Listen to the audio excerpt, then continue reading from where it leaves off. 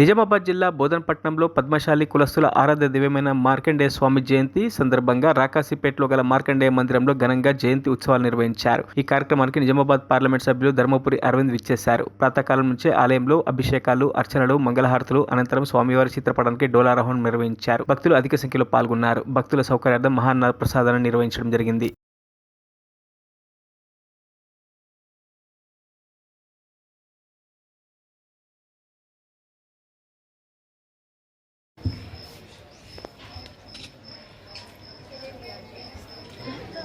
జై పద్మశాలి, జై జై పద్మశాలి. అందరికీ కూడా నమస్కారం అండి. ఈరోజు శ్రీ భక్త మార్కండేయ మహర్షి యొక్క జయంతి, పద్మశాలీల యొక్క కులదైవమైనటువంటి మార్కండేయుడి యొక్క జన్మదినము. అంటే మనందరికీ తెలుసు, ఆ యొక్క మృత్యువుని జయించినటువంటి వ్యక్తి ఎవరైనా ఉన్నారా అంటే ఆ యమధర్మరాజు నుంచి ఆ యొక్క మార్కండేయుడు మాత్రమే. కాబట్టి అటువంటి యొక్క మార్కండేయ యొక్క జన్మదినోత్సవము పద్మశాలీల యొక్క గొప్ప పండగ ఇది. దీన్ని అంగరంగ వైభవంగా ఈరోజు ఈ యొక్క మార్కండేయ యొక్క ఆలయంలో జరుపుకుంటా ఉన్నాము.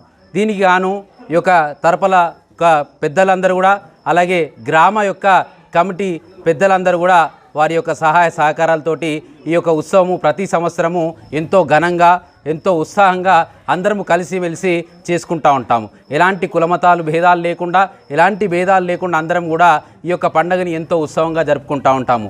ఇది సంవత్సరము ఈరోజు ఉదయం 4 గంటల నుండి స్వామివారి యొక్క అభిషేకాలు, అలాగే మహారుద్రాభిషేకము, బిల్వార్చనలు, తదనంతరము ఆ యొక్క శివపార్వతుల యొక్క అభిషేకానంతరము కూడా ఆ యొక్క స్వామి యొక్క డోలాహారం అంటే ఉయ్యాల్లో వేయడం కూడా జరిగింది. ఈ యొక్క మార్కండేయుడి యొక్క ఉయ్యాల యొక్క ప్రత్యేకత ఇక్కడ చాలా ఉంది. మరిన్ని అప్డేట్స్ కోసం మా ఛానల్ని సబ్స్క్రైబ్ చేయండి.